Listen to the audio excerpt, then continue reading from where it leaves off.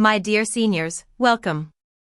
Have you ever wondered why, despite the regular increases in pensions, it still feels so hard to make ends meet? Month after month the numbers go up a little, but when the bills arrive, it seems as if nothing has really changed. Today I have very important information for you, information that could significantly affect your financial situation. As someone who has been following pension system changes for many years, I've noticed some crucial details in the government's latest plans that you need to be aware of.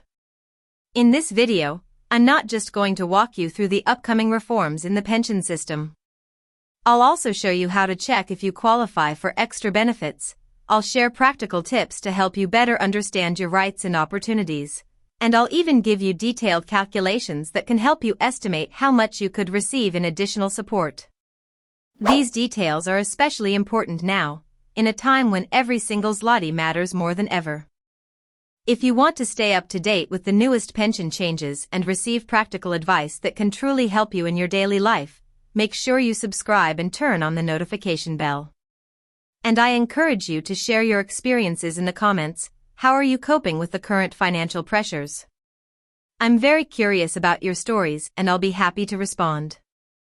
Stay with me, because in just a moment I'll take you into the details that could have a real impact on the amount of money you receive every month.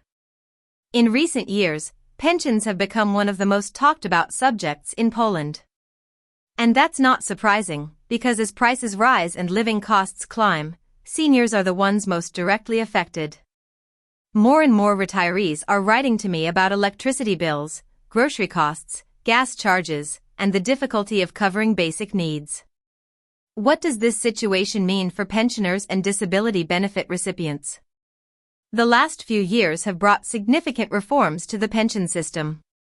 Year after year, pensions have been adjusted upwards, partly in response to inflation, partly in response to demographic pressures. Every change in this area is the result of complex economic and demographic analysis. Poland's pension system is in constant evolution. Each new reform aims to adapt benefits to the changing realities of life. Right now, one proposal in particular is getting attention: the idea of introducing an additional indexation, an extra adjustment to pensions beyond the usual yearly increase. Experts are pointing out some key issues tied to this proposal. The first is the question of funding. The state budget has to be ready to cover higher expenses. That requires careful planning and detailed financial analysis. At the same time, every pensioner has their own personal financial situation. The size of your pension depends on many factors: how long you worked, how much you paid into the system, and when you decided to retire. This means In this context, it's worth looking back at how pension indexation normally works.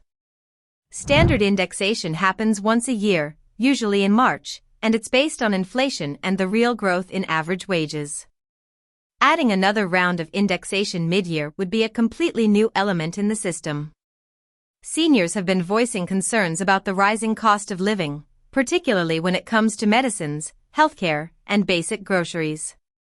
That's why every government initiative that promises to improve material conditions attracts such intense attention.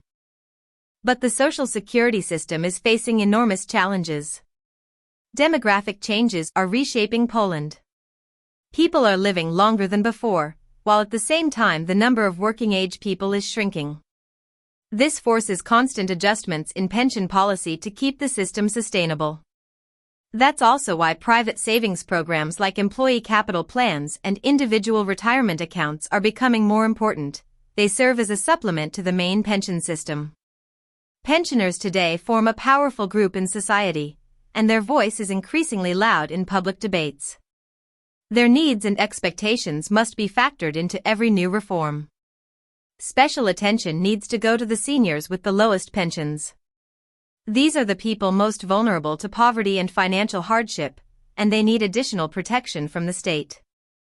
A pension system should not only be stable and predictable, but also fair. Any reform must be introduced with careful consideration of long-term effects on public finances and the future of retirees. Because at the end of the day, pensions are not just about numbers. Behind every figure stands a person, a real life, with needs, dignity, and the right to a decent old age. That truth must be the guiding principle for social policy. Another important aspect of the pension system is financial education. The better people understand how the system works, the better prepared they are to make decisions about their future. That's why knowledge about indexation, benefits, and rights is so valuable. More and more seniors are also choosing to continue working even after reaching retirement age. This has a double effect. It strengthens their own finances, and it supports the pension system as a whole by keeping contributions flowing in. Planning for retirement should ideally start much earlier, during working life, through conscious saving and financial planning. Organizations representing seniors play an important role in shaping pension policy. Their experience and voices are essential in designing reforms. At the same time, the pension system must stay flexible enough to adapt to changing social and economic realities, while also being stable enough to give retirees a sense of security. We must also consider regional differences.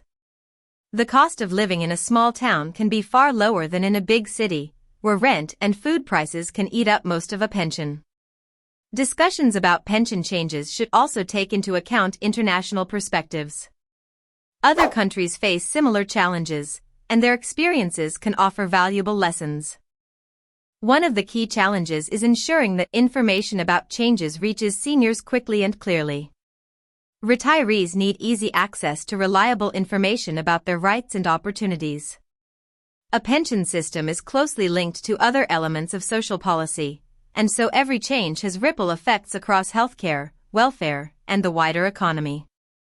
That's why every reform must be considered in a broad context. Pensions are not only an economic issue but a social one.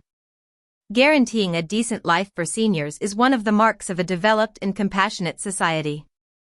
In terms of reforms now under discussion, one of the most important developments is that Parliament is actively working on a project for additional pension indexation.